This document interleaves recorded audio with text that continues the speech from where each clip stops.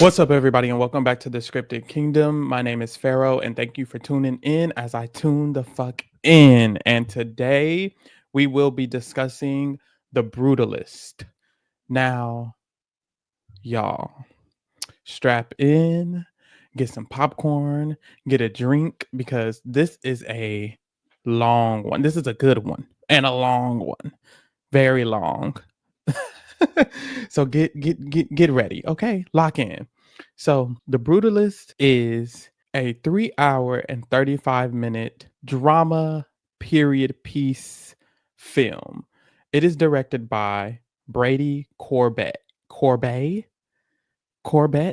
I want to say Corbet. Brady Corbet. Now, don't know anything this man has done.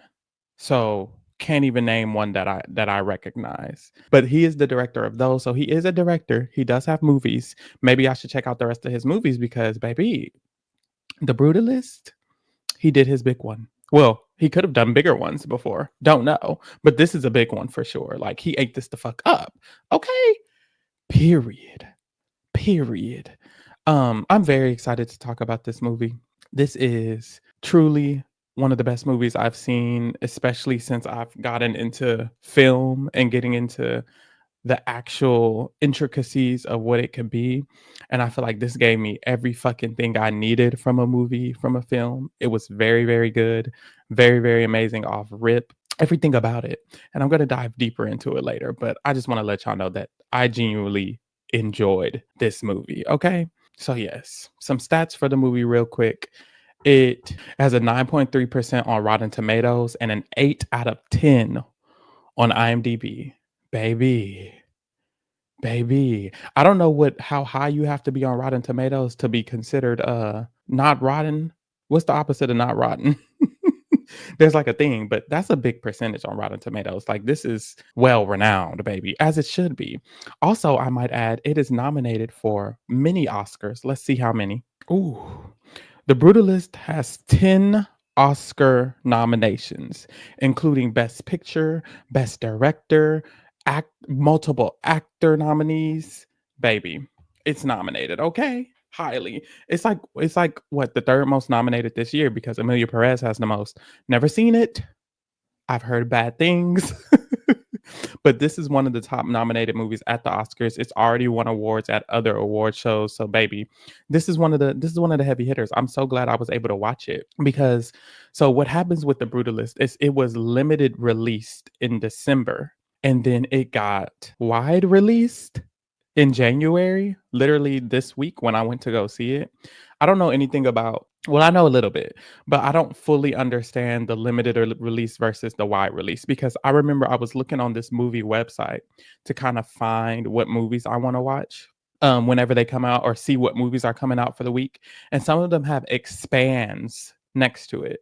And Brutalist was one of the ones that have expands next to it. So I'm wondering if I should have Googled it, but I didn't. I'll Google it after. I'm wondering if a movie is initially limited release, it's called expanded release when they release it to every other movie theater. I'm assuming that's what it is. I could be wrong. I'm gonna Google it after. But yes, this movie was limited released in December and now it's wide release. I think however you call it. Shit. So I went to go see it on Saturday. Yes, on Saturday night, I went at around 8 p.m. to go see this movie. And I had to go, I had been going to the movies a lot recently. And I've been going a little later in the day because I did all my daily duties and then I'd wind down at the movies. But for this one, I was like, ooh, I can't go too late now. Because I was going at like 10 p.m., 9 p.m. I was like, this is 3 hours, 35 minutes. I need to make sure I take a good nap before I go, make sure I get ready. Like, y'all, I didn't know what I was going to do. I really didn't know what I was going to do. So I was like, this is so long. I need to make sure I'm prepared. So I didn't want to fall asleep or anything. So I took a nap and then I went to the 8 p.m. showing. There was other people there. It was not full, but it was like 10 people total in the theater, I want to say, which I'm not going to lie, no shade. I was like, "Okay, this came out a long while ago." Well, I thought, because I didn't know all the details. I was like, "This came out regularly long ago, so it's not gonna be anybody here probably.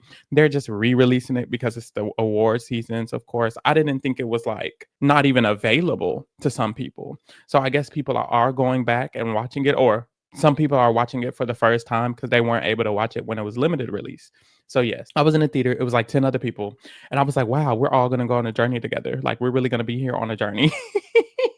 And that's what the fuck happened. I've literally never been in a movie where there was a designated intermission. Like, within the film, they created a 15-minute intermission between, I guess, the first half and the second half so that you have time to kinda settle in with what you just saw, take a little break, take a little breather, and then move forward. Loved it. Loved the intermission. I needed it. I did. And I found out about it right before going into the theater. So I was like, "Ooh, yes.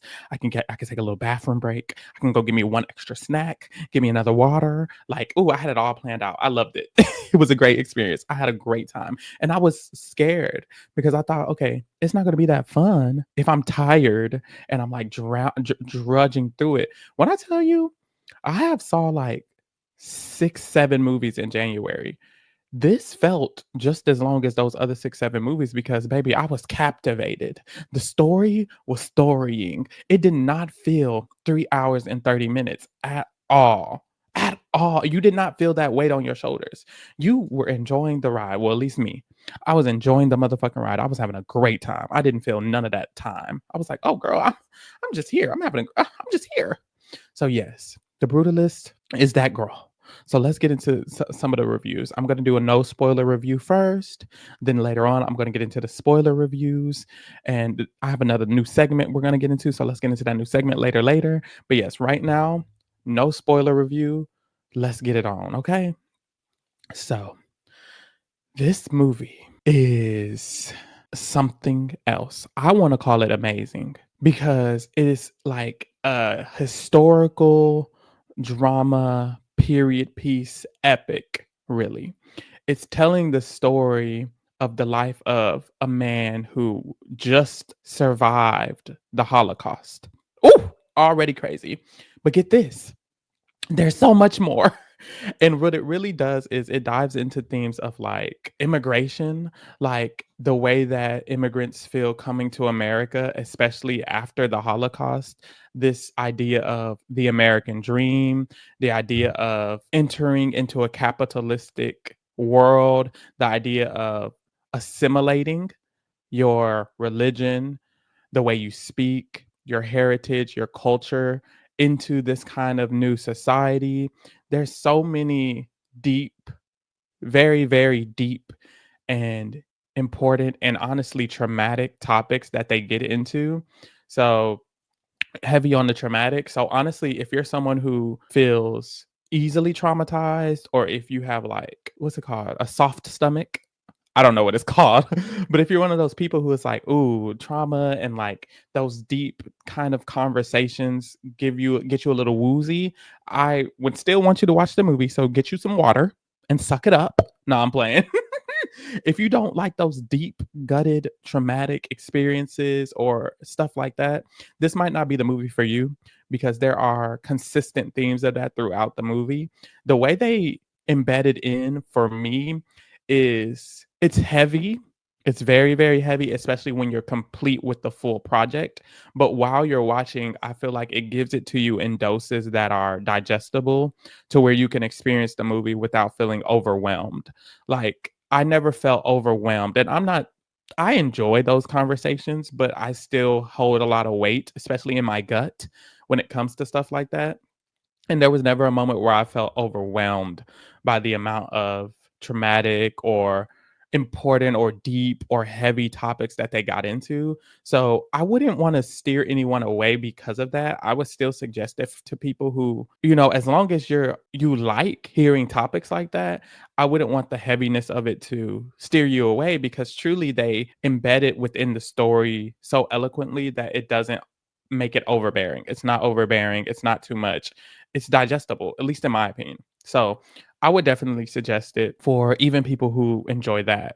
If you're not someone who feels like you enjoy period pieces or you enjoy historics or anything like that, then this might not be the most interesting movie to you, but the core of the movie, I feel like transcends all of the categories you could put it into, all the genres you could put it into. Because I know me, I'm used to not be the biggest fan of period pieces. I didn't really care. Anything that looked like it was old and stuff, I was like, "Ooh, I'm not gonna watch that."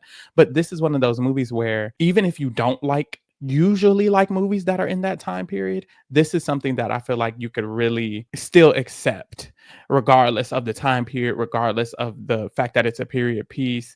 The different type of language that they're using, the way they speak is very old and timesy. I feel like all of that can be looked past if you respect a movie for what it is. If you respect the film for the film, then I feel like you could still enjoy this film because it's telling the story of a particular man and a particular family that he has as they are transitioning from Russia. Where is he? No, Hungary. From Hungary to America, from the experiences that was happening during the Holocaust to immediately right after. And it's his lifespan throughout that time from transferring over.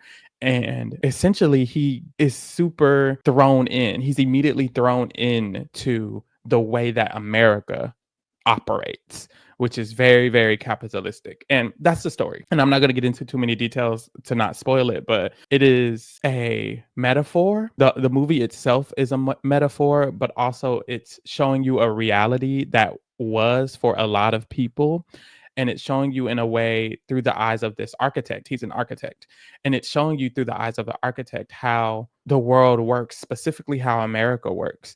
But even bigger than that, how the world works, that no matter where you go, you can experience this type of situation. If you leave a bad situation, you can come right into another bad situation. And it really just expands on that.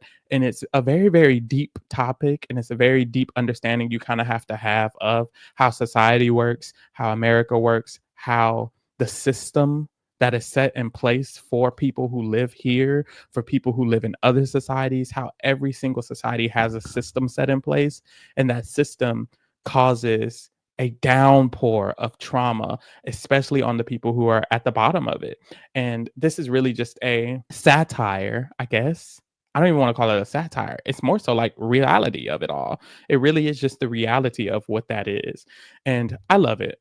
I truly love it because it's important. The story is important. The story acknowledges a group of people that don't usually get acknowledged in mainstream media, and it tackles topics that I feel like get tackled, but not so specifically. I don't know, the way that they told this story, I feel like really, really attacks a certain structure that is just being seen as comfortable. That still applies to this day. It still applies to this day. This is relevant. This is a very relevant movie. And it's like, damn, the fact that all of the themes that they're talking about are still relevant is scary, one, but two, it just shows how important having this movie come out really is. So I really love it. On Letterboxd, I gave it a 5 stars. In real life, I give it a 5 stars, bitch. It's 5 stars out of 5. I barely have any issues with the movie. It's not even worth mentioning my issues with the movie because they're not. It's such a nitpicky situation, and I have to get into it with the spoiler review because it's so specific. It's not even like a real con. I just kind of had to make one up. Not even make one up because I didn't love that part of the movie, but it's more of a personal preference. And when my cons start becoming super, super personal, and it's like I had to search and find it, I literally sat down and I was like, okay, I gotta have a con, right? And I was like, maybe not. But I found one. And it's like I literally had to look for a con, bitch. If I have to look for a con, that's 5 stars for you. If it's not anything glaring or there was nothing. I had to dig and deep and search. I was like, what didn't I come on, scan it? And that's just me trying to be a filmmaker. Like I want to be a filmmaker in the future. I want to analyze film and figure out how you can perfect this. This is a perfect movie. Even with the fact that even the part that I don't like, it was a director's choice. It was a choice for the film. They decided to do that very intentionally, and you could tell. So for me, I don't even fault them if it was intentional. Since I believe it was intentional, I'm not even mad at them for doing it. It's just something I personally didn't prefer. It's so silly. Like it's literally nothing. So whenever you watch the movie and you want to come back and listen to the spoiler review, you'll see what I'm saying because Girl, it's whatever. So it's a great movie. I would recommend it to literally everybody. Even if you aren't into this type of film usually, I would still recommend it because it's something that can transcend its genre, and it's a story that can be told and understood regardless of your preference of movie, in my opinion. I do feel like some people who are like general watchers of movies might find it boring if they aren't capable of latching on to the storyline, but I feel like the director and the actors made it very, very easy for me to find it believable and to grasp onto the story very fast. So I would suggest it to literally everyone. If you're not a fan of this type of movie, I would say watch it. Watch the first half. If you feel like you hate it so much, then leave during the intermission. I don't know. I don't know. I would suggest it. I would say watch the whole movie, but hey, everyone's different, to each their own. I loved it. Now, that's what I gotta say without spoiling it. If you haven't seen the movie, pause the video, go to the theater, watch the fucking movie, the fuck, and then come back. Because I'm about to spoil the fuck. And I'm about to get into the real nitty gritty. And I'm about to get into, and I'm finna dig deep. And I'm finna get in, get up in there real bad. Okay. So come back. Thank you. Now, for the girlies who've seen it, the girlies who get it, and the girlies who don't. First of all, for everyone who's seen it, I want to tell you right now, shame on you if you didn't like this movie. Shame on you. Shame, shame. No, okay. I'm kidding. I genuinely do not mind if someone doesn't like a movie that I like. But if you didn't like this movie, but if you didn't like this movie, I don't understand. What'd you miss? Did you go to the bathroom at the you didn't know it was an intermission? I don't know. Like I'm curious. So if you didn't like this movie, like I said, I'm just kidding. Not no real shame. But please comment why you didn't like it. Because I'm curious what you didn't like about it. I haven't really read other people's reviews of it that much, unless they liked it. No shade. So I don't really know. So tell me if you didn't like it, why you didn't like it. For the people who liked it, tell me why you liked it. Period. Because I loved it. What's your favorite part? Who do you love? Who's your favorite character? I mean, it has to be Laszlo, doesn't it? But anyways, let me get into some of my thoughts. Now, I have thousands of pros and only one con. So I'm gonna get into my one con first, get that shit out the way, and then let's get into the real tea. So the only con I have for this movie, and this is coming from the perspective of someone who is super into character.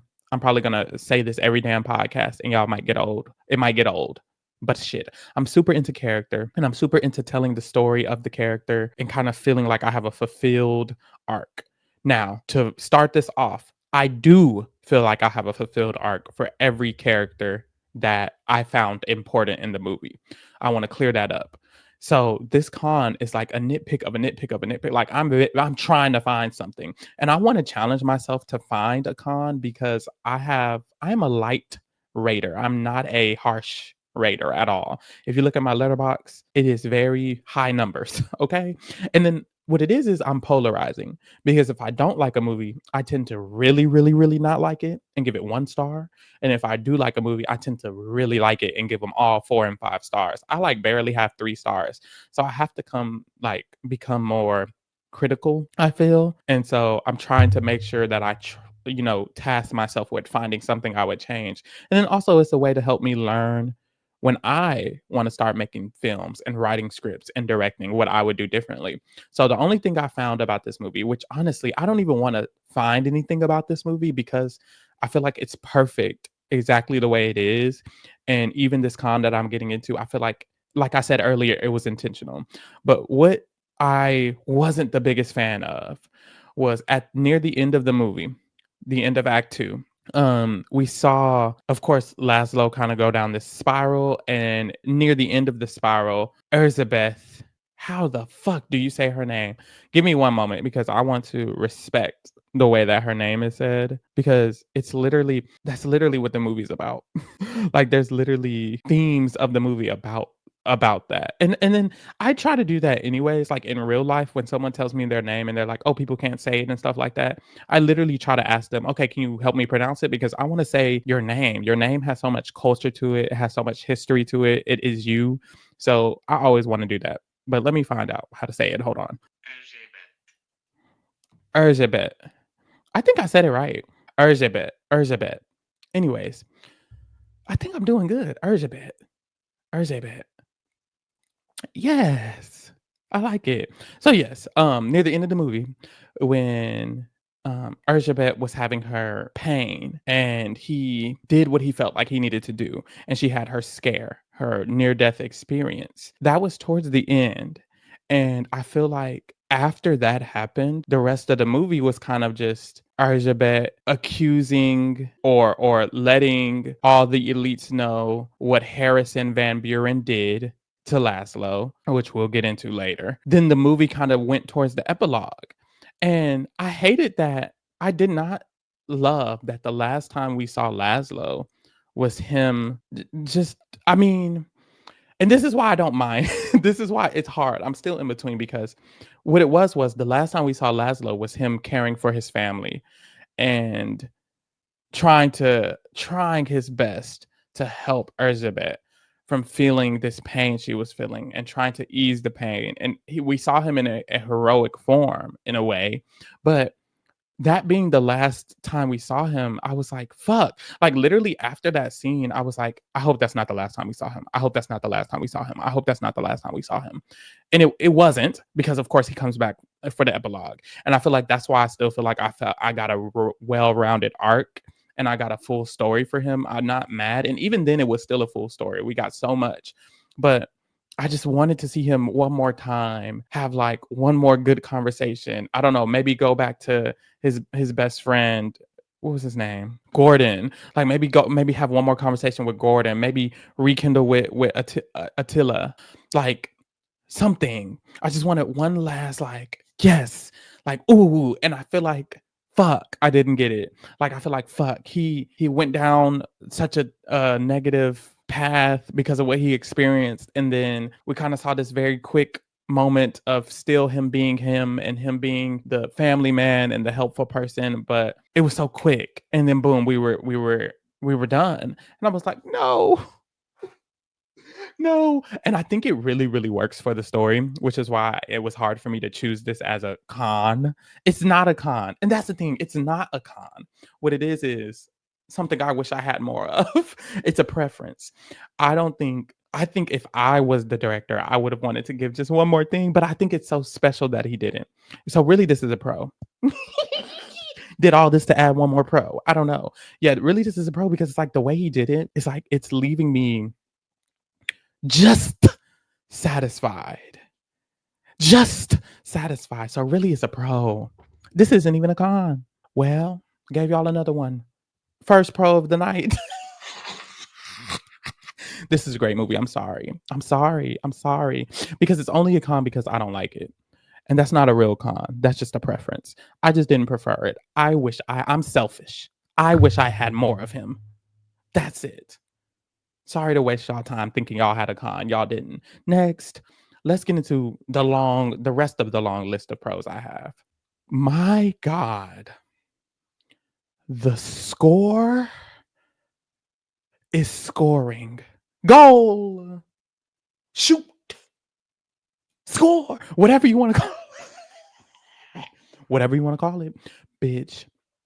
When I tell you I was sitting in that damn theater and my ears started doo, doo, doo, doo. Whatever that doo, doo, doo, doo is, whatever that doo, doo, doo, doo is that they added, I'm like, ooh, who did the score? Who did the score? Let me Google it. 1 second. It's so good. Who did this fucking score? The composer for the Brutalist score is Daniel Blumberg. I want to say shout out to Daniel Blumberg. Okay? Because, baby, you did the damn thing. Real bad. Real bad. Is it nominated at the Oscars for the score? It is. It deserves to win.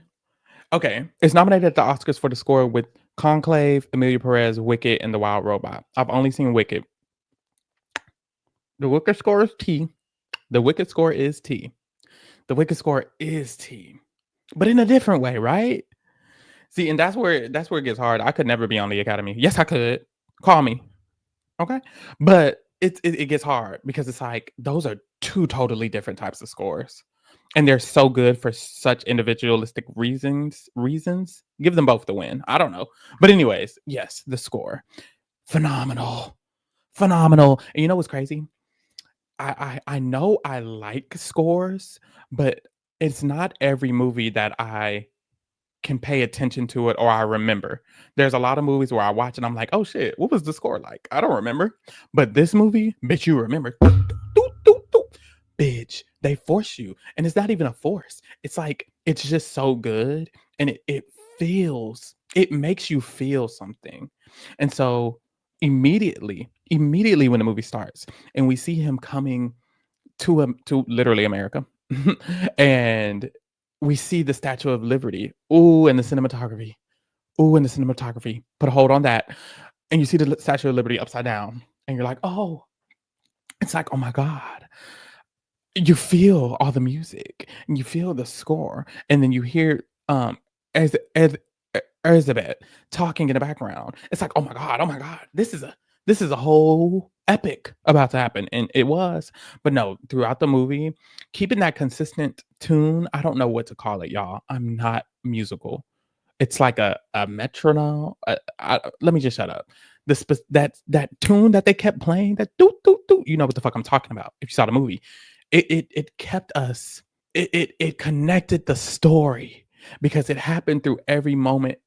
It happened through every time in the movie, throughout the movie. It happened throughout the movie, and it coincided with the feelings that Laszlo was having, and it would happen when he was getting deep into his architect mood. It would happen when he came to America at the beginning. It would happen at important moments, and it was so recognizable. And then other than that, there was so much music composed throughout the movie that really drove the story towards the right direction, and it worked so well with the movie. I just adored this score. And I wish I like had more musical knowledge so I could really understand what they're doing even more, but what I can understand is that it worked very, very well, and I loved it, and the way that it was embedded throughout, it felt it made me feel exactly what the movie was going through. It made me feel what Laszlo was feeling just by hearing that sound and then accompanied with what I was seeing. It was just always on point. Whatever sound we were hearing in that movie, it was coinciding with what we were feeling and what Laszlo was feeling. I don't even know how you do that. How do you make sound have a feeling? I don't know. I'm gonna have to Google that. Like what? Talent. It's so talented. And let's get into the cinematography, honey. The cinematography, baby. And it's crazy. You know what's crazy? I'm like, ooh, let me watch some of these best picture nominees. Let me watch some of these Oscars cinematography nominees. Cause I'm like, okay, let's see what they're doing. Let's see what they're giving. And I'm just watching it's not super intentional. I'm just kind of watching movies that just so happen have been nominated because I'm like, okay, let me try to see what they're talking about. And I was like, "Oh, this is good, and oh, this is good." And I've seen movies. I'm like, "Oh, this is good." And then you see The Brutalist, and you're like, "Oh shit, were those even good?" Was the cinematography on those movies even good? Because this is fucking gorgeous. This is amazing. It's phenomenal, and it's weird because we're in some of the. This is going to be the most simple, I guess, conversation ever, but I feel like it's still fun to have. We're not looking at visually pleasing things all the time, but the way that they've shown them to us is so visually pleasing. Like literally, this man is living in the back of a furniture shop on the corner in Pennsylvania, and it looks gorgeous. It looks better than where I'm at. Like it looks gorgeous. It looks amazing. It looks like I'm in heaven. And it's like, "Oh my God, he's in Pennsylvania. Baby, he's on earth." Okay? Like it's so well done. And then there's the camera they use, either the camera they use or the filter they use. I don't know. I don't know these things yet, y'all. I'm sorry. But the camera they use, it has the I have to look it up because you're not gonna know what I'm talking about. I'm just saying noises. I'm sorry. One second.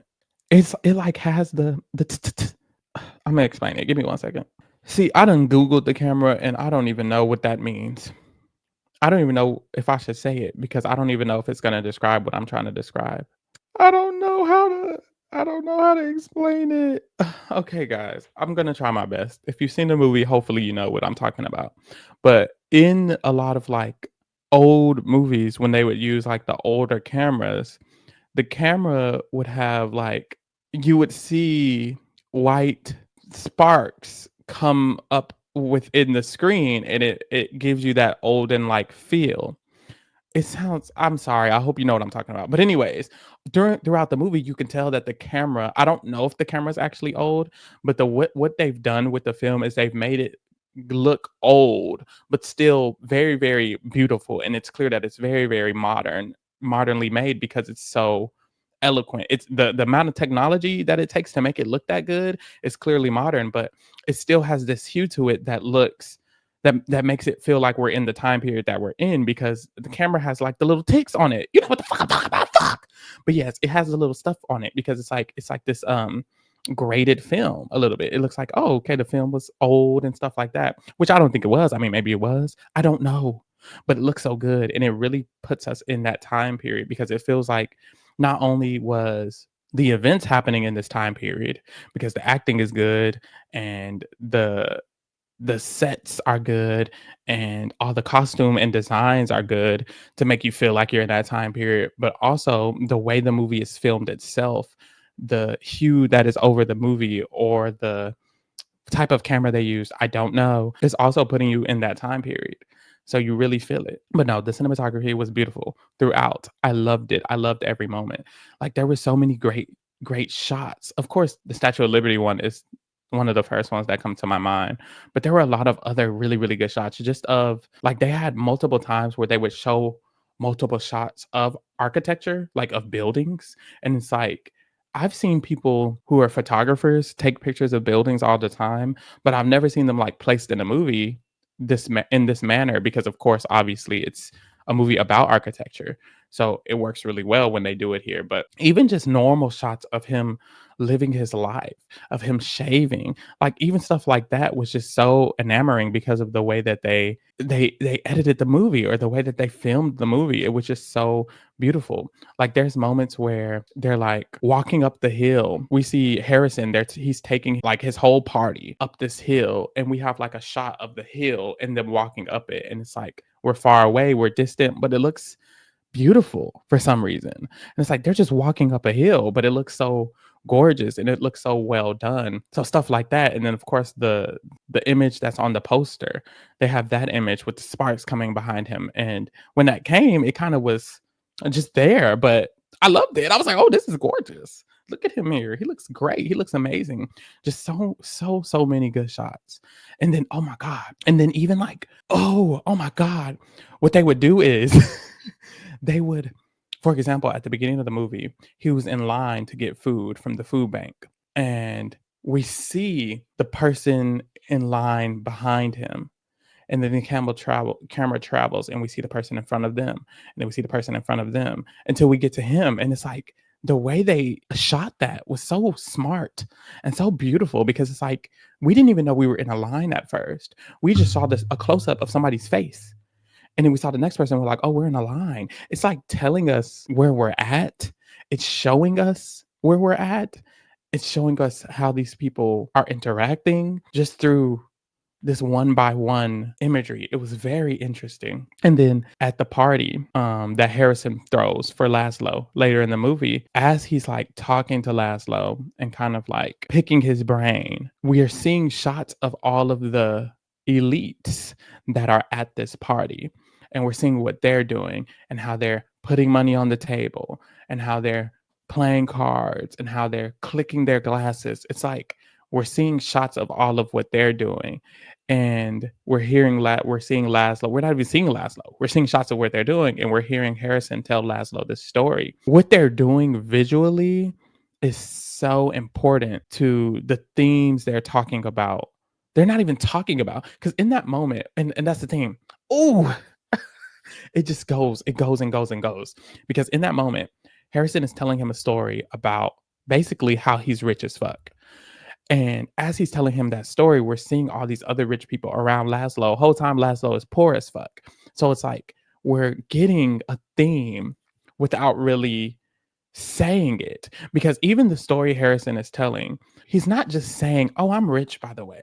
He's actually telling him a story about something that happened to him, and he's letting him know this. But what he's really doing is letting Laszlo know that he has control. And baby, we'll get into that later. But as he's showing him this control that he has financially, as he's telling him this story, we're seeing all of these other people who also have financial control, which is nothing that Laszlo has. It's the opposite of what Laszlo has. He needs them. So it's just very interesting what they do cinematography wise for the story. It just works so well. And then all that and the music, bitch, give them best picture, if you ask me. Because what? Like the elements of this movie go together so well, and it's so thoroughly thought out. I love it. I love it. I gotta go see it again right now. 3 hours and 30 minutes. Yes. Yes. Do you know you have 3 hours and 30 minutes? Yes. The fuck? So yeah. Loved it. Loved it. Loved it. With that last point of how everything really flows together with the themes, let's slide into the themes. Let's slide into the plot of this movie. Now, if y'all don't know, I'm gonna let y'all know. I'm a better writer than I am a speaker. So I feel sometimes, because sometimes I need time to like get my thoughts. But to start off the conversation of the plot and the themes of this movie, I want to read off what I wrote for my letterbox review because I feel like it sets it up well. Maybe it doesn't, but we'll see. I'm going to read it off. Hold on. So I wrote, and this was right after, literally, I went to the movie. I saw the movie for 3 hours and 30 minutes. And then I sat in my car for an hour, parking lot, 45 minutes to an hour in the parking lot of the movie theater, breathing and fine dining, like thinking and fine dining. It was crazy. Like I was really just in my seat. And I was like, wow, that was something that I just watched. And I had to write a review. And I was like developing I was like, what should I write? How should I write it? How should I form it? So this is what I wrote. It almost feels wrong to feel despair towards the story I just witnessed, considering the parting words of it. No matter what others try to sell you, it is the destination, not the journey. I can't help myself though. I'm distraught. The fact that we start the story off with Laszlo believing he is finally free from pain to only immediately enter another manifestation of a Holocaust, capitalism. Watching him endure the complexities of capitalism, classism, forced assimilation, and etc. throughout the movie is enough to make the journey feel heavier than the destination. The story becomes a metaphor within a metaphor within a metaphor, and it continuously tells us its purpose without ever actually telling us. It's fascinating how many different relationships between the characters and themselves is exposing us to the true message of the story. When I really sit and think about it, I do agree that it is, in fact, the destination and not the journey. But the caveat is every point of the journey can be a destination of its own. The story took us through many moments in Laszlo's life, and at every moment, we had to accept it as the destination that we were at, good or bad. And we can't escape it either way. It's the same way that Laszlo could never really escape the cage of society. So, in actuality, maybe the quote at the end of the movie is the most despairing part of it all. I ate that. First of all, go give that a like on Letterbox. Follow me, link in the bio. Okay. Second of all, second of all, I said exactly what the fuck I said. It's like the theme of the movie. And at the end of the movie, like I said, at the end of the movie, they want us to feel comfortable with the epilogue and the fact that we ended up with Laszlo being this well-renowned architect and that he had a good life in the sense of his accomplishments meant something and he was still able to be an accomplished person. And then it says, oh, the journey doesn't matter. It's just the destination. And it's like, sure, But what destination are we at? And I feel like that's exactly what I wrote. So I'm not going to keep repeating it, but it's like the entire story is taking us through the story of Laszlo as it's happening. And for us, it's happening at that moment. So while we're seeing Laszlo come to America and he's joyous and he's celebratory, we feel joyous and celebratory. But then when he gets immediately pulled into the world of capitalism and having to assimilate his culture and realizing that he's not going to be accepted by people, by even his own cousin, Attila and Audrey, because Audrey is a Catholic, and because now they are both Catholics, and how Attila doesn't sound, I'm probably butchering his name, how he doesn't sound the same, how he's made his voice into this American accent. He doesn't have his same accent. So it's an immediate turn from being so happy to be free from literally a war to entering a new type of war. Like now you have to battle a new type of villain that is really the same type of villain as you were battling with your experience in the Holocaust, with your experience in World War II. It's just much more embedded within the society of America that it doesn't even feel that it's hidden. It's a hidden war and it's a hidden battle and it's a hidden type of Holocaust. And he immediately gets thrown into it, although you want to enjoy the fact that he ends up being well renowned. It's like it's a contradiction in itself. You can't enjoy it. And I think the movie knows that. And I think the director knows that even at the end when we tell you, oh, it's about the destination, he knows it can't just be. He knows what he just put you through for 3 hours and 30 minutes. You know, it wouldn't be a 3 hours and 30 minutes if it was just about the destination. It would have just been the last 5 minutes. It would have just been the epilogue and a short. So it's so interesting how we're being forced to go through these growing pains with him to get to the end of the story, just to kind of like be forced to be satisfied where he was left. I'm not satisfied where he ended off. It's amazing that he was a well-renowned architect and that's what he wanted to do. And that's the thing.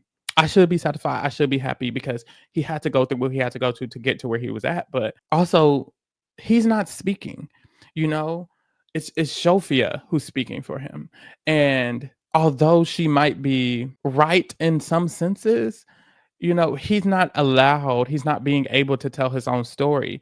And he hasn't been able to tell his own story throughout the entire movie. When he was at Europe and he was going through the Holocaust, he was forced to strip away anything, or he was trying to be forced to strip away anything that he has within himself as his own identity. When he came to America, he continued to be forced and stripped away of his own identity. And by the end, he was physically forced and stripped away of his own identity to where he couldn't speak and he couldn't walk.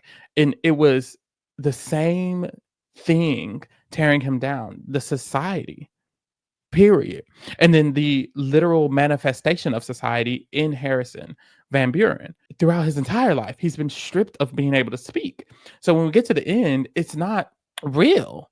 What Sophia is saying, it's not true, at least for me. And like maybe for you it is, but it's almost like it's what do we call it? It's like not hypocritical, but it's ironic. It's ironic that that's what they're leaving us off with the story of saying that it's about the destination after giving us all this, because it's not. And then the destination he's at, Laszlo specifically, it's just another form of being stripped from his self and his humanity and who he is. It's very, very deep and it's very, very sad. But what one of the themes I loved about this movie, or the things I loved, is the way they made Laszlo appreciate architecture and how he described it to Harrison that one time when they were having that conversation at the dinner. Is he said that no matter how much they tried to distance him from his religion and distance him from where he lived and take his community away and take who he was away, none of it mattered because his architecture was still there. And it's going to live longer than him and it's going to live longer than them. And that is what inspired him to continue to do architecture. And I feel like it's so powerful to make that Laszlo's most dominant personality trait. And so much of his personality is to try to stay true to his culture. He doesn't assimilate no matter how long he's there. He tries so hard not to. And it's so hard because he's getting sucked into this world, but he still tries so hard to keep his accent and to continue to speak in his language. It's like so much that he's trying to continue to hold on to even in this world. And then we see by the end, it's like it starts to consume him and he stops going to church. And of course, what occurred to him like leads him astray from that. So much stuff is trying to keep him away from it. But at the end of the day, his architecture is still going to be a way for it to stay prominently there. Like literally the entire movie, he's making this Christian Catholic church for a religion he doesn't believe in. And within all of that, he literally was embedding Jewish themes and Jewish ideas and creating a underground system that Jewish people have used, that Jewish people will use. It's like he's putting his own self into the architecture and forcing people to accept him and his culture without even knowing. They see this beautiful piece of artwork, they see this beautiful piece of architecture, and they consume it and they participate in it. And whole time, it's him and it's his culture. And although it's a church, a Catholic church, it's a Catholic church made in a Jewish form by a Jewish man. And it's like that was the point of the movie. And I think if there's anything you should learn from this movie, it's that as a person, the best thing you can do is leave a mark that lasts for a lifetime. And that's not the only thing you can do. That's not your only purpose on life. But I do feel like it's a good way to motivate people to give something to the world in a way that lasts for a while. It's why I'm into film. It's why I want to be an entertainer of some sorts. It's why I make videos. It's why I make podcasts. It's why I make YouTube, because this stuff can last past my lifetime. If I, God forbid, pass away, this is still going to be uploaded somewhere after I upload it. So it's like something that lasts past yourself, something that goes further than yourself. And even that could be something as simple as giving back, going to do some community service, going to donate blood, anything that can last past yourself, anything that's above yourself, that's more than just you. I feel like that is something that can give purpose to life. And I feel like a lot of people who are sad, and there's been times where I've been sad, I've been depressed, I've been anxious. And it's like you don't really know what you can do with life. And I feel like that is what you can do. You can find a way to leave your mark on this world past yourself. And it can help for generations and generations and generations, just like what he did. And I really, really love that theme. And then it really slides into his appreciation for not just his culture and himself, but also his family. His relationship with his family is so endearing. The way he like feels so connected to Ursabet, even though they're so far away. And he made a comment when he was, I think it was when he was starting the project with Harrison. He said, I feel more connected to you than I have in so long. And that's what he wrote in his letter to Ursabet. And it's because he was connected to the project and to what he was going to do with it. And that passion and that motivation, it was connecting him to the passion he has for Ursabet. And they deal with a lot of different themes, especially when it comes to the romantic sex with them. How when Ursabet comes, she's not able to, he doesn't feel comfortable having sex with her because of the condition she's in.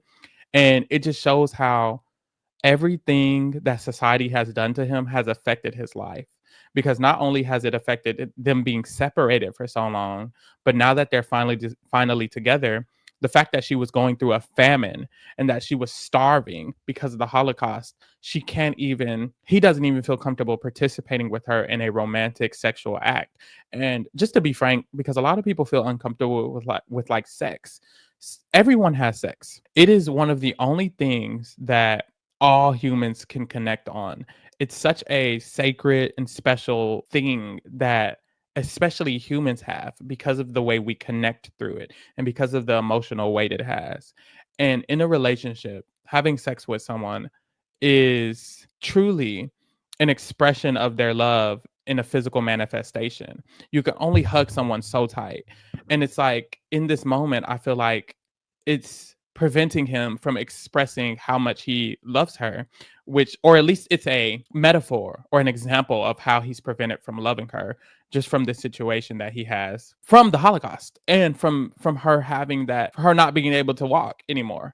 So it's just it's a lot. And I feel like it's a lot of themes that get explored through his relationships. And then of course his relationship with Attila and Audrey, and how I already talked about it, but how they end up kicking him out because in reality they don't feel comfortable with him there, specifically Audrey. And it was weird because when she accused him of pushing onto her and stuff like that, and when she kept trying to make him leave, he was like, "Don't worry, I'll leave." I was like, "Why is she doing this?" Because she seemed, and that's the whole point. She didn't hate Laszlo. She did like Laszlo. When they danced, she had a good time. When they talked, she had a good time. She genuinely liked Laszlo. She didn't like that he was different. It doesn't work. And that is what society is to this day. When parents don't want their kids to be gay, don't want their kids to be trans, when people feel uncomfortable with non-binary, when they feel comfortable with different sexualities, when people feel uncomfortable with different races, when people feel uncomfortable when their kids date different races, all of these themes are exactly what happened with Audrey. She doesn't hate the person, and people in real life don't hate gay people. They don't hate the person who's gay. They don't hate the person who's trans. They don't hate the person who is black or white or Hispanic or different. They hate the idea of them being different. It makes them uncomfortable. It makes them feel like they can become a target for being associated with the person who is a target. It is all societal. And this moment here, this situation with Audrey and Attila and Laszlo is literally the perfect description of that theme, which is that no matter he is his Attila is his cousin. That is his cousin. Audrey literally did not mind him. She genuinely enjoyed his company, but it doesn't matter because they can't be comfortable with a man who's Jewish, with the man who's not ready to assimilate, with the man who has an accent. He just came from this foreign country. He's a foreigner. It doesn't matter how much I like you. I can't associate with it. I'm not supposed to like it. I'm a Catholic. It's so much it's so much pressure from everything else.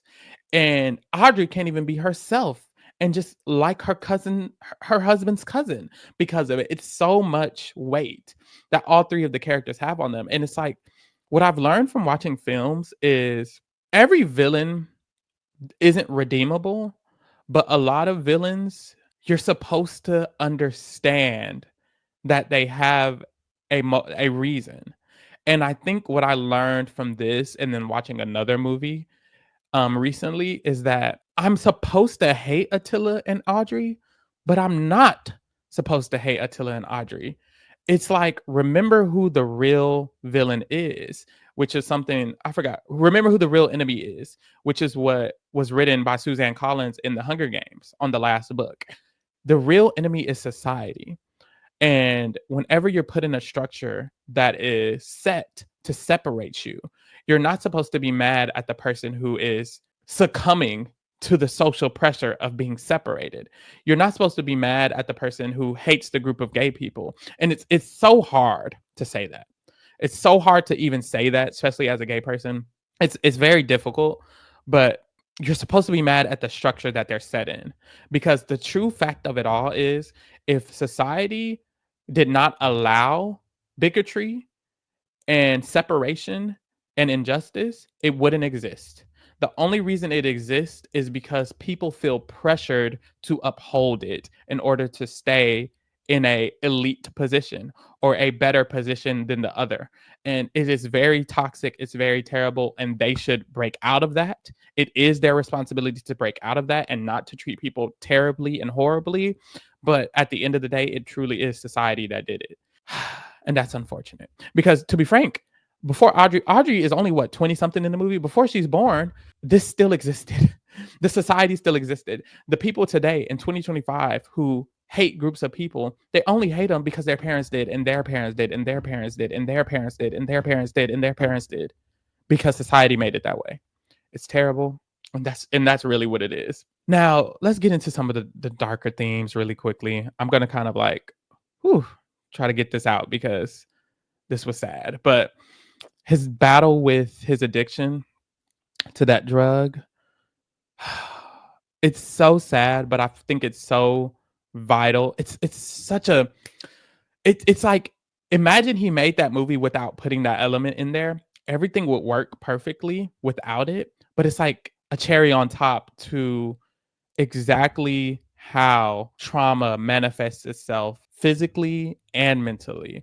Like, he is physically trying to numb his pain that is mental. It's crazy because the pain that he's numbing by taking this drug is the mental exhaustion, the fact of being poor, the fact of being homeless, the fact that he doesn't have food, the fact that he's not respected, the fact that he can't be himself. All of that he is numbing with that drug. And then we see later on the drug be used to numb a physical pain that Elizabeth has. And when you really think about it, both of their pain is coming from the same, I'm going to start crying, is coming from the same oppressor. She's physically famished by governmental pressure that was put on her in her country. And he is mentally pained and hurt by that oppression. And both of those are he's trying to cure it through this addiction. And it's so sad because he's damaging his body.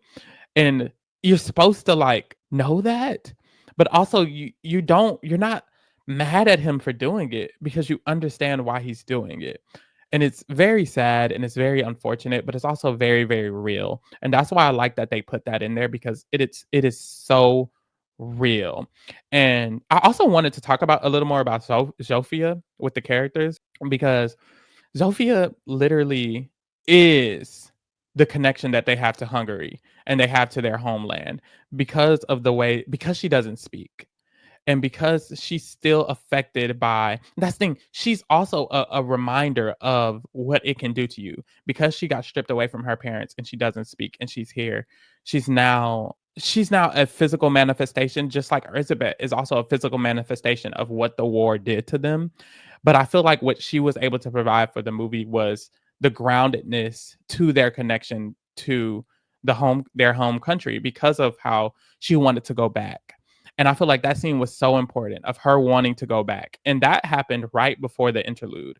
And it was a big shift between like Laszlo's purity, especially when it comes to who he is as a person, to what happens in the second act. And I feel like Sofia is like that connection between who Laszlo is, and then once she leaves, we see what he becomes and we see what occurs to him. It's like she's such a physical, she's like a characterized manifestation of Laszlo's journey with his connection to his culture and his religion. It's very, very interesting what they do with her character, and I love it. And then another way that she's very, very connected to Laszlo is her, obviously, the speech at the end that she gives for him, but also the fact that we have the scene where Harry is belligerently drunk, the son of Harrison. He's belligerently drunk and he's coming at Laszlo about how Zofia doesn't talk and she makes everyone uncomfortable. And then we see him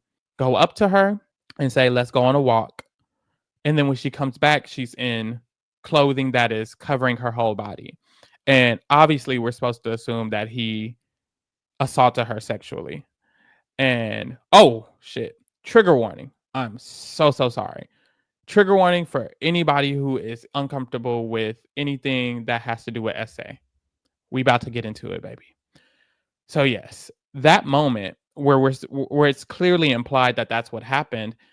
It's like Sophie is connected to him in so many ways, because of course later on, after she leaves and Laszlo goes on the trip with Harrison, and Harrison literally R words Laszlo, which is so sad. But that was him stripping him of everything. And like I said earlier, he is a physical manifestation of this societal concept. He literally is physically stripping Laszlo away from his humanity, stripping him away from his religion, stripping him away from his identity, stripping him away from who he is. He was trying to do it mentally throughout the movie when he's throwing the coin at him and he's telling the story about how I could have gave my wife's parents all the money they needed, but I didn't want to do that because this and this. He's asserting his dominance financially and within society and all of that onto him. And it's not working. It doesn't work when he tries to do it mentally because Laszlo is mentally stronger than him. But when Laszlo is literally drugged out and drunk is when he can physically take advantage of him and truly make him submit. And it's so sad. And it's also, I feel like, so important. And I feel like I saw so many people make comments about how they didn't understand why it was necessary. And you just have to rewatch the movie, I guess. But I'm not going to spend too much time on that. That was very sad. And I also feel like Harrison as a character, because he's this physical manifestation of everything, I feel like he's such a interesting character. I love what they did with him. And Guy Pearce killed it with Harrison for sure, because he starts off and it's very clear who he is because the way he acts with Laszlo at the beginning and he yells at him. And then as soon as he gets recognition for it, he's like, okay, I'm going to use this for everything he can. And that's what society does with us. Once we get an accolade, once we get a degree, once we get a diploma, oh, you got it? Good. You're good at something? Great. Let's use it for everything we can. And he literally does that one on one. It's like right direct. But this is also what society does with everyone all the time. It's just Harrison is society. And so he uses him and he tries to make him assimilate to his culture. He's like trying to bring him to the parties and get him to mingle with the other guests and get him to understand their perspectives on things. And then he's also like, oh, and we can bring your family over. It's like it's in your face what this is. It's like, oh, we can help your family too. It's kind of like when people give us insurance, when the companies we work for give us insurance. It's like we're slaves to this company. And because the more they help us, the more we become indebted to them. So the more Harrison was helping him bring his wife over, bring Sophia over, let them live in the house, continuously give him money. I'm gonna give you another job and another job. Your black homeboy can work on this job. It's okay. We'll make the person who disagrees with you, we'll make them go away. Every positive he does to him puts Laszlo in a more and more compromising position to have to rely on him, to where Laszlo at a point is fully relying on him. He's living with him, he's working for him, everything. And it's like the way he does it is so manipulative and it seems nearly genuine. And Erzabet is so important as a character because she is a reminder of reality and she is Laszlo's reminder of who he is. So when she's telling him, do not trust this man, remember who he is. This is like building a kitchen for him. I love that line because it's true. She's like, this is like building a kitchen for him. Remember that. And she's trying to like keep that in Laszlo's minds. And this all happens before they go to Italy and Harrison does what he does. But it's like at the end of the day, Harrison needed to strip him of everything, including physically. And that's what happened. And by the end, Harrison disappears after he's called out by Erzabet. She ate that the fuck up. She calls him out, and that's such a big, powerful moment in the movie when she calls him out. She uses her voice, and she always uses her voice, and I love that. Like she is such a powerhouse of a character, and when she calls him out, and he disappears, I feel like, and I still don't fully grasp his disappearance and what it's supposed to mean, but I do feel like I like that he disappeared. I felt like that made sense that he would leave after that. And I don't know why and I don't know how, but it just made sense that he would leave. It's almost like all the damage was done. Like he did everything he needed to do. The building is made. He's gotten the recognition, he's gotten the fame, and then when he's called out about it and it's put on the floor, he's nowhere to be found. I don't know. It just makes sense. Where did he go? I don't give a fuck. And it's like it's still I really want to dive into like what other people feel about that moment because I feel like it can mean so many different things. But yes.